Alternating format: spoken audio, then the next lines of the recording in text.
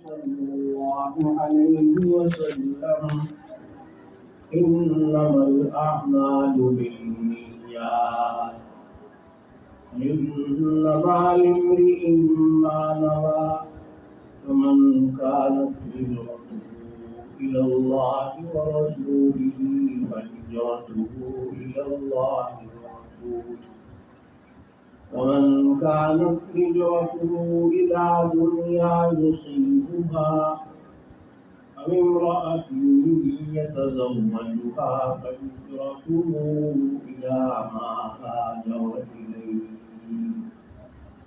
أو كما قال النبي صلى الله عليه وسلم. بزرگان محترم، معزز حاضرین کرام، عزیز طلبا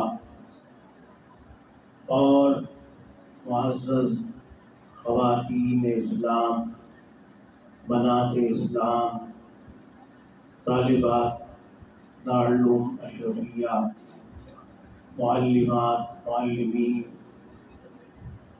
آج مؤرخہ 19 شوال المکرم 1443 ہجری بمطابق 21 مئی 2022 بروز ہفتہ عند اذان العصر بمقام دارالعلوم اشرفیہ چوہال ضلع سرگودا میں اس ادارہ کا نیا تعلیمی سال کا آغاز ہو چکا ہے. قرآن کریم کی تعلیم حفظ و ناظرہ تو پہلے سے شروع ہے، چونکہ درس نظامی اور دراسات دینیہ کے شعبے بھی یہاں عرصہ سے جاری ہیں، تو ان میں بھی جو طالبات اس سال اور ان سال تعلیم حاصل کریں گی، اس حدیث پاک سے ان سب کی تعلیم کا آغاز کر دیا گیا ہے. اللہ تبارک و تعالی سب کے لیے مبارک فرمائیں، انہیں علم نافع عمل صالح کی دولت نصیب فرمائیں. اللہ تعالیٰ علم میں برکت دے اور عمل کی بھی توفیق اللہ تبارک و تعالیٰ عطا فرمائے. ہمارے ہاں دینی مدارس، اسلامی مکاتب، جامعات کا تعلیمی سال شوال مکرم ہی سے شروع ہوتا ہے اور شعبان تک یہ سلسلہ تعلیمی سال کا چلتا ہے. دورانیہ اس کا شوال سے شعبان تک ہی ہے. پھر اس کے بعد شعبان کا مہینہ اور رمضان المبارک، یہ 2 مہینے درجہ خطب کی رخصت کے ہیں. اس میں یہ ہے کہ جو حضرات حافظ ہیں قرآن کریم سناتے ہیں. اس کے علاوہ دوسرے رمضان کے معمولات بھی ہیں، اس لیے ان مہینوں میں سالانہ رخصت کر دی جاتی ہے. اور شوال پھر جب شروع ہوتا تو الحمدللہ وہ کی تعلیمی رونقیں بحال ہو جاتی ہیں. اس اعتبار سے آپ سب کے ذہن میں یہ بات رہے کہ ہماری رونقیں بحال ہو رہی ہیں، اور جہاں بھی اس جامعہ میں، اس مدرسہ میں، دارالعلوم میں الحمدللہ تعلیمی سلسلہ شروع ہو چکا ہے. یہاں معلمات بھی پڑھا رہی ہیں، بہت سے اسباق ان کے پاس بھی ہوتے، معلمین کا بھی انتظام. اور اس سال تو ہمارے عزیز مولوی محمد عبید صلی اللہ تعالی جو دارالعلوم کبیر والا کے فاضل دارالعلوم کبیر والا کے فاضل جامعہ حقانیہ کے متخصص، وہ بھی انشاءاللہ اس سال یہاں پڑھائیں گے. ہمارے بھائی مولانا محمد حبیب اللہ صاحب صلی اللہ تعالیٰ کے یہ بیٹے ہیں. انہوں نے بھی کئی اسباب اپنے ذمے لیے ہیں. دعا ہے کہ اللہ تبارک و تعالیٰ کامیاب فرمائے، اخلاص عطا فرمائے اور دین کی خدمت کی توفیق اور جذبہ اللہ تبارک و تعالیٰ عطا فرمائے، قبول فرمائے. ہم سب طالبات کے لیے، معلمات کے لیے، معلمین کے لیے، سب کے لیے دعا ہو ہے. حدیث بات جو اس وقت پڑھی گئی، یہ ایسی حدیث بات ہے جس کو بڑے بڑے محدثین وہ اپنی کتاب کے شروع میں اس کو درج کرتے ہیں اور لکھتے ہیں، اس کے بعد پھر آگے دوسری حدیث. محدثین میں سب سے بڑا نام امیر المؤمنین فی الحدیث ابو عبداللہ محمد بن اسماعیل بن ابراہیم رحمہ اللہ تعالی و رحمنا بہ کا ہے. انہوں نے بھی اپنی صحیح الجامع الصحیح المسند من احادیث رسول اللہ صلی اللہ علیہ وسلم و سننہ و ایامہ، جسے جامع بخاری شریف کہہ دیا جاتا ہے. باب تو اگرچہ وہ بدل الوحی کی کیفیت کا نام ہے، باب کا جو عنوان انہوں نے قائم فرمایا وہ تو ہے باب کیف کان بدء الوحی الی رسول اللہ صلی اللہ علیہ وسلم. لیکن اس بات کے تحت بھی سب سے پہلے وہ جو حدیث بات حضرت نے ذکر فرمائی ہے وہ یہی حدیث ہے انما الاعمال بالنیات. اس حدیث بات کو حدیث النیہ کہا جاتا ہے، اس لیے کہ اس میں نیت کا ذکر فرمایا جاتا ہے. نیت کسے کہتے ہیں؟ النیت ہی فعل القلب، دل کا فعل جو ہے وہ نیت ہے، دل کا ارادہ. دل میں کیا ہے، کس لیے یہ کام یہ عمل کر رہے ہو، نماز پڑھ رہے ہو کس لیے، روزہ کس لیے رکھتے ہیں، پڑھتے پڑھاتے کیوں ہو، دین یا دنیا کا کوئی جائز کام ہے اس کے کرنے کا تمہارا مقصد کیا، نیت کیا ہے، ارادہ تم نے کیا کیا ہو، یہ دل میں ہوتا ہے. انسان زبان سے تو انسان اپنے دل میں جو کچھ ہوتا ہے زبان سے اسی کا اظہار کرتا ہے، انسان کا اظہار کرتا ہے. عربی زبان کے شاعر نے کہا، کیا کہا، شرح العقائد میں بھی یہ شعر موجود ہے، شرح العقائد تک میں یہ شعر کیا فرما رہے ہیں عربی زبان کے شاعر، ان الکلام لفی الفؤاد وانما ان الکلام لفی الفؤاد وانما جعل اللسان علی الفؤاد دلیلا. کلام تو انسان کے اندر ہوتا ہے، دل میں ہوتا ہے، زبان تو اس کی تعبیر کرتی ہے، اس سے اظہار. کتنی بڑی نعمت ہے جو اللہ تعالیٰ نے انسان کو یہ زبان کی صورت میں عطا فرمائی ہے. وگرنہ انسان کے دل میں کیا کچھ آتا ہے، زبان نہ ہوتی کیا بنتا اور کیسے وہ اس کی تعبیر کرتا، کیسے بتاتا. اب دیکھ لیجیے جو بچے نہیں بولتے، یعنی چھوٹی عمر یا جو گونگے ہیں، مرد ہیں یا خواتین ہیں، کتنی پریشانی ان کو ہوتی ہے. وہ اندازے سے ہی اخرس کی بات کو سمجھا جاتا ہے. اور مشہور بھی ہے کہ گونگا جو ہے اس کی بولی وہ کیا کہہ رہا ہے وہ اس کی ماں ہی سمجھتی ہے.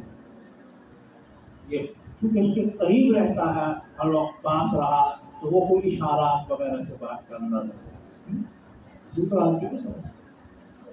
تو فعل القلب دل میں کیا ہے، اور زبان سے بھی انسان اس کا بھی یہ ہے کہ اظہار کر دیتا ہے، کہہ لے کہ میرا یہ ارادہ ہے، میں اس لیے یہ کام کر رہا ہوں. مثال کے طور پہ نماز ہے، نماز آپ پڑھ رہے ہیں، اس کے لیے بھی نیت ضروری ہے، شرط کے درجے میں نیت۔ اب یہ نیت جو کی جا رہی ہے یہ کس سے کرنی ہے؟ اصل تو دل سے ہوتی ہے، دل میں ہے یہ نیت کہ میں نے نماز پڑھنی ہے۔ اسی کے لیے انسان وضو کرتا ہے، تیاری کرتا ہے، وضو کرتا ہے، نماز کے لیے جاتا ہے، خواتین ہیں تو وہ اس کے لیے تیاری کر کے گھر میں اس کا اہتمام کرتی ہیں۔ تو یہ دل میں ایک اس کے ارادہ ہے، ارکان مخصوصہ ایک نماز کو ادا کرنے کا ارادہ ہے اس کے دل میں۔ اب اگر وہ درمیان میں کوئی اس نیت کے خلاف اگر کوئی عمل سامنے نہیں آیا، کوئی قول سامنے نہیں آیا، اور وہ 4 رکعت اسی نیت کے مطابق اللہ اکبر کہہ کے ادا کرے تو ہو گئے، چاہے وہاں مخصوص الفاظ زبان سے نہ بھی کہے جائے، یہ کوئی ضروری نہیں، لیکن بہتر ہے۔ کس لیے؟ لِمُوَافَاةِ الْقَلْبِ بِاللِّسَانِ یا لِمُوَافَاةِ اللِّسَانِ بِالْقَلْبِ، تاکہ زبان اور اندر دل میں جو کچھ ہے اس میں موافقت کے لیے زبان سے دہرا لینا چاہیے، یہ مطلب ہے، اور یہ اچھا ہے، بہتر بھی کا۔ لیکن اصل بات وہی ہے، کیا مطلب؟ دل میں صرف زبان سے اگر کہہ دیا نماز کے حوالے سے یا روزے کا زبان سے صرف اگر کہا اور دل میں روزے کی نیت نہیں، دل میں نماز کی نیت نہیں ہے، تو یہ زبان سے کہہ دینا تو کافی نہیں ہوگا، کیا ہو جائے گا؟ جب دل میں ہے ہی، دل میں اس کے خلاف کا، زبان سے اس کے خلاف اظہار کر رہا ہے جو دل میں، یعنی اصل تو دل میں ہونا ضروری تھا، زبان سے چاہے نہ بھی کہے، تو اس لیے نیت جو ہے وہ دل کا ہوتا ہے۔ اب حجت الاسلام حضرت مولانا محمد قاسم نانوتوی رحمۃ اللہ علیہ نے واقعہ لکھا ہے، ذہن میں آ گیا وہ میں عرض کر دیتا ہوں۔ یہ تحریر الناس میں بھی ہے، تحریر الناس جو ان کی کتاب ہے، بڑی ماں قتل آ رہا ہے، اس پر اس وقت گفتگو نہیں، موقع نہیں ہے، نہ مناسب ہے، ماحول نہیں ہے، تو اس میں ایک واقعہ لکھتا ہے کہ حدیث پاک میں آتا ہے، حدیث پاک میں آتا ہے کہ نبی کریم صلی اللہ علیہ وسلم نے یہ ارشاد فرمایا کہ جو شخص انتقال کر جائے، دنیا سے چلا جائے، اور اس کے بعد 70,000 مرتبہ کوئی استغفار یا کلمہ شریف پڑھ کر اس کے لیے اِیصال ثواب کر دے تو اللہ تبارک و تعالیٰ اس کی مغفرت فرماتے ہیں۔ یہ ایک حدیث کا حوالہ دیا جاتا ہے کہ حدیث کا یہ مضمون ہے، ایک مضمون بیان کیا جاتا ہے حدیث پاک کے حوالے سے۔ تو حضرت مولانا حضرت حجت الاسلام حضرت مولانا محمد قاسم نانوتوی رحمۃ اللہ علیہ تحریر فرماتے ہیں اور لکھتے ہیں کہ ایک جگہ ایسا عجیب واقعہ پیش آیا کہ بہت سے افراد بیٹھے ہوئے تھے، تو ان میں سے ایک لڑکا جو ہے اس نے اچانک رونا شروع کیا، چلانا شروع کیا اور عجیب حرکات اس نے شروع کی، اور کہنے لگا کہ دیکھو وہ آگ میں جل رہی ہے، دیکھو وہ آگ میں جل رہی ہے، دیکھو وہ آگ میں جل رہی ہے، دیکھو وہ آگ میں جل رہی ہے۔ یہ بات اس نے کہنا شروع کر دی، تو کسی نے اس سے سوال کیا اور پوچھا کہ کیا کہہ رہے ہو تم اور کیا مقصد ہے تمہارا، ہمیں سمجھ نہیں آیا، کون جل گیا آگ میں؟ کہنے لگا وہ میری ماں جو ہے وہ آگ میں جل رہی ہے، میں اسے دیکھ رہا ہوں، ماں کو دیکھ رہا ہوں کہ وہ آگ میں جل رہی ہے۔ تو محفل میں مختلف حضرات تھے، تو ایک صاحب نے اسی مجلس اور محفل میں سے ان کی امی کو اظہار ثواب کر دیا۔ کس طرح کہ انہوں نے کہیں پہلے کلمہ شریف پڑھا ہوا تھا، 70,000 مرتبہ کلمہ شریف پڑھا رکھا تھا، تو وہ جمع تھا گویا ان کے پاس، تو انہوں نے جو ہے وہ دل سے ارادہ کیا نا کہ وہ کلمہ شریف جو ہے انہوں نے ارادہ کر دیا دل سے کہ اللہ اس کلمہ شریف کا ثواب ان کی امی کو پہنچا دیا جائے. تو وہ جب کلمہ شریف کا اتصال ثواب انہوں نے کیا تو تھوڑا سا وقت گزرا ہوگا کہ وہ ہنسنے لگا. وہی نوجوان ہنس رہا, خوشی کا اظہار کیا, اس نے بڑا خوش ہو رہا. ہمیں کیا ہوا کہ وہ تو ہماری امی کو جنت میں, ہماری امی کو جنت میں ہے اس وقت جنت میں چلی گئی. تو دیکھیے دل سے انہوں نے ارادہ کیا کلمہ شریف کے اصالے ثواب کے لیے, کوئی وہاں محفل تھوڑی انہوں نے اس کے لیے منعقد کی تھی. اللہ تعالیٰ نے اس کا ثواب ان کی امی, اس شخص کی امی کو پہنچایا, اس لڑکے کی اور کام کرتے ہیں. اب سوال یہ ہوگا کہ حضرت نے کس لیے اس حدیث کو وہاں ذکر کیا ہے. اللہ صاحب سوال کر سکتے ہیں اگر کوئی ہو کہ جہاں ظاہر الناس میں اس کا ذکر کیا, اس واقعہ کا مناسبت سے یہ کیا سے آپ کو سوال کرنے کا. دراصل وہاں یہ بحث ہو رہی تھی کہ بعض اوقات کشف جو ہے اس کی تائید ہوتی ہے اس سے حدیث سے, اور حدیث کی تائید بھی جو ضعیف حدیث ہو اس کی تائید بھی کشف سے ہو جاتی ہے, ایک دوسرے کے لیے مؤید بن جاتی ہے. اس بات پر حضرت نے کہا ہے کو نقل کیا ہے, بہت پہلے کا دیکھا ہوا اس بات پہلے الناس. تو دل کا جو ارادہ ہوتا ہے اصل یہ ہے. تو اس حدیث بات سے ہمیں کیا سبق مل رہا ہے. دیکھیے اس میں آپ صلی اللہ علیہ وسلم یہ فرما رہتے ہیں کہ انما الاعمال بالنیات. یہاں پر ایک تھوڑی سی طالب علمانہ گفتگو بھی شاید مناسب ہو کہ اعمال بھی جمع ہے اور نیات بھی جمع ہے. نیتوں کی جمع نیات, عمل کی جمع اعمال. تو یہاں مقابلہ جمع کا جمع کے ساتھ مقابلۃ الجمع بالجمع. تو اس میں جو تقسیم ہوگی وہ کیسے ہوگی؟ تقسیم الاحاد علی الاحاد علی الاحاد, یعنی مقابلۃ الجمع بالجمع جب ہو, جیسے رکیبوا دوابہم, اس کی مثال میں نے دے دی.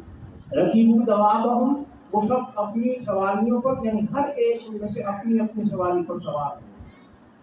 مقابلۃ الجمع بالجمع جب ہو تو تقسیم انقسام علی الاحاد ہوا کرتا ہے, احاد یا الاحاد.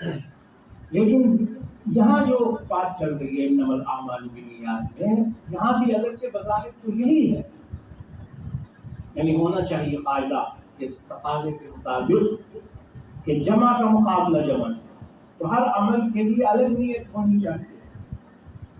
حالانکہ ایسا نہیں ہے کہ ہاں یہ استثناء اس قاعدے سے, وہ قاعدہ یہاں منطبق نہیں ہو رہا, یہاں نہیں چلتا وہ قاعدہ, کیونکہ یہاں ایک عمل میں بھی نیات کا تعدد ہو سکتا ہے. عمل ایک ہے, نیت اس میں مختلف ہے, تو جتنی نیتیں ایک عمل میں کرے گا عمل ایک ہی ہوگا, لیکن اس میں تعدد جتنا نیات کا پایا جائے گا, ہر ایک نیت کا الگ الگ الگ ثواب اس کو ہوتا ہے. اس لیے آگے بتا دیا وہی نمالی میں مانا ہوا جو نیت کرے گا. بعض حضرات نے کہا یہ پہلی بات کی تاکید آئے گی انما الاعمال بالنیات, اس کی بات ہے آگے تفصیلات ہیں. مولا علی قاری نے خاص میں بہت تفصیل لکھی. بہرحال خلاصہ میں آپ یہ کر رہا تھا کہ ایک ہی عمل میں متعدد نیات کی جا سکتی ہے. یہاں ہم جمع ہیں, ہمارا مقصد یہاں جمع ہونے کا ایک تو یہ ہے کہ ہم سبق پڑھیں گے, ایک یہ ہے کہ ہم جتنی دیر بیٹھیں گے آپس میں دین کی بات کریں گے, گفتگو اور جو ملاقات کریں گے, بات کریں گے, مسجد ہے تو اعتکاف کی نیت بھی ہو جائے گی, اور بڑی نیتیں کی جا سکتی ہیں ہمارے بارے میں. تو ہر ایک کا الگ الگ ثواب جو ہے وہ عطا ہوتا ہے. حضور پاک صلی اللہ علیہ وسلم آگے کیا فرمائے, فمن کانت ہجرتہ الی اللہ ورسولہ فہجرتہ الی اللہ ورسولہ. اب یہاں آپ صلی اللہ علیہ وسلم نے انما الاعمال بالنیات تو ایک ضابطہ بیان فرما دیا، اگرچہ اس میں بھی یہ بات ملحوظ رہنی چاہیے کہ الاعمال سے مراد کیا ہے، ہر عمل مراد نہیں، جائز ناجائز حلال حرام، یہ الف لام کوئی استغراق کا نہیں یا جنس کا نہیں کہ ہر طرح کا عمل اس میں مراد دے دیا جائے، یہ تمام اعمال استغراق جو ہے کمانا اس میں مراد دے دیا جائے، ایسا نہیں، بلکہ یہ الف لام عہد کا ہے، مراد وہ اعمال ہیں جو مباحہ ہوں، جائز ہوں، طاعات کے قبیل سے ہوں، کم سے کم مباح عند الشرع ہوں، ان اعمال کے متعلق یہ بات فرمائی جا رہی ہے کہ ان کا معاملہ یہ ہے کہ وہاں نیت کو دیکھا جائے گا، مباح عمل میں اچھی نیت کرو گے ثواب، نیت صحیح نہیں ہوگی وہ عمل ختم ہو جائے گا، خراب ہو جائے گا، اعلیٰ سے اعلیٰ عمل میں نیت خراب ہونے سے بھی وہ خراب ہو جائے گا۔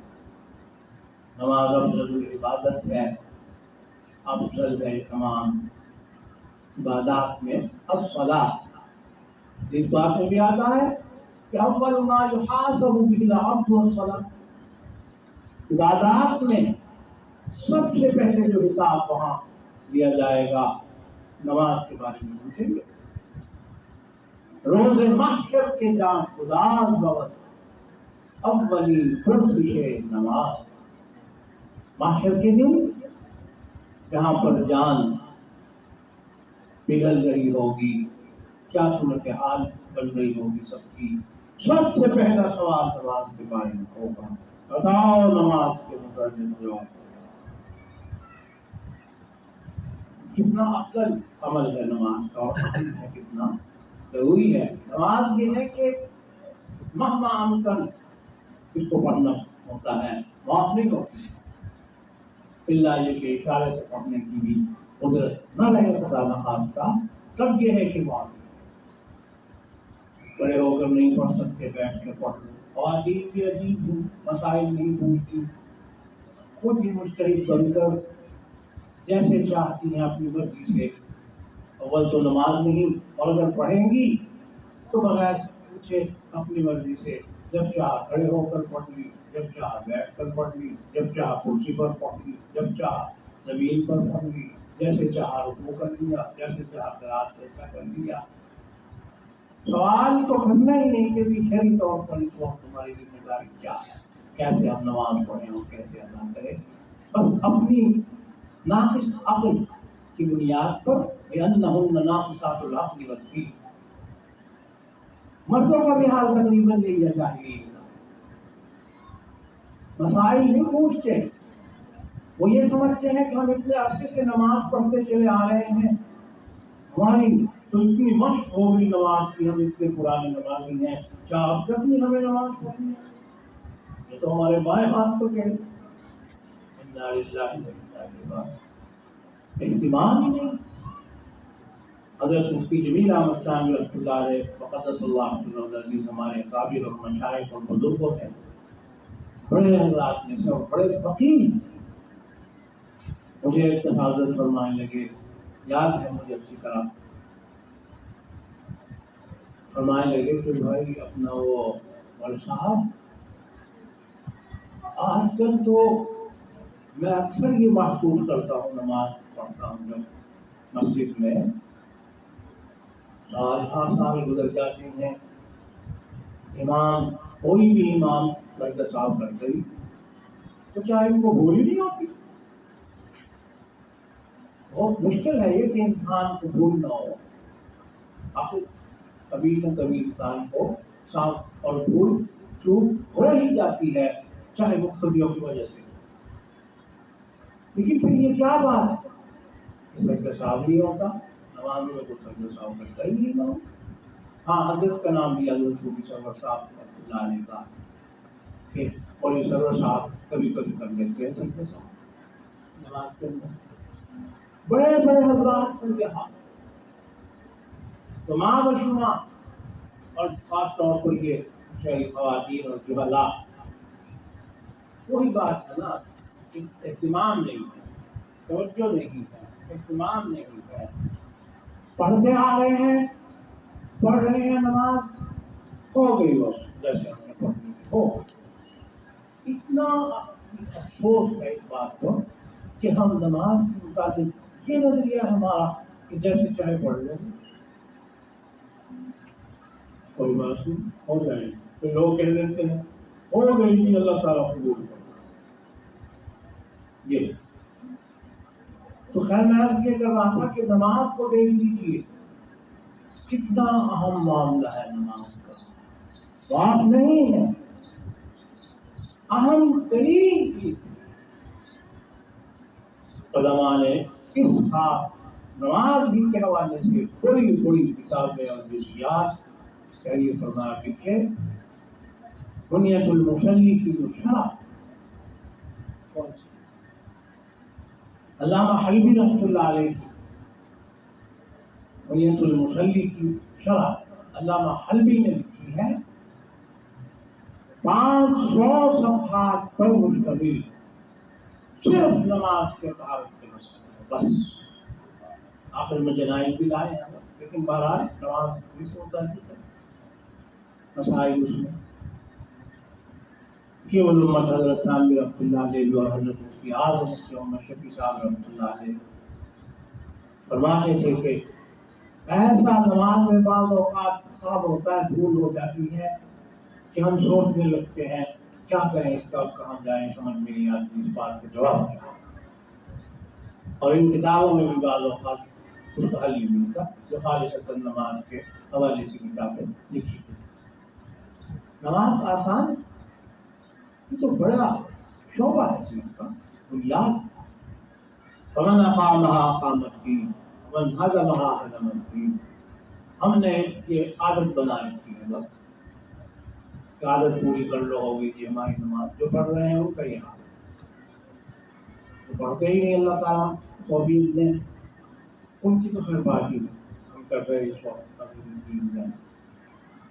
تو بہرحال انما الاعمال بالنیات کے بعد فرما رہے ہیں کہ دیکھیے نیت دیکھی جائے گی اس عمل میں کیا، نماز کیوں پڑھ رہے ہو، من صلی یرائی فقط اشرک ومن صام یرائی فقط اشرک۔ دیکھو آپ صلی اللہ علیہ وسلم فرما رہے ہیں جو دکھلاوے کے لیے نماز پڑھے گا شرک کر رہا ہے، کہ کون سا اگر سے شرک یہ خفی ہے لیکن بہرحال اصغر ہے چاہے، لیکن غلط کام دکھلاوا نہیں آنا چاہیے، اللہ کے لیے عبادت ہے۔ وما امروا الا ليعبدوا الله مخلصين له الدين حنفاء ويقيموا الصلاة ويؤتوا الزكاة وذلك دين القيمة۔ صرف اللہ کے لیے عبادت ہے، ان کے لیے ضروری عمل صاف۔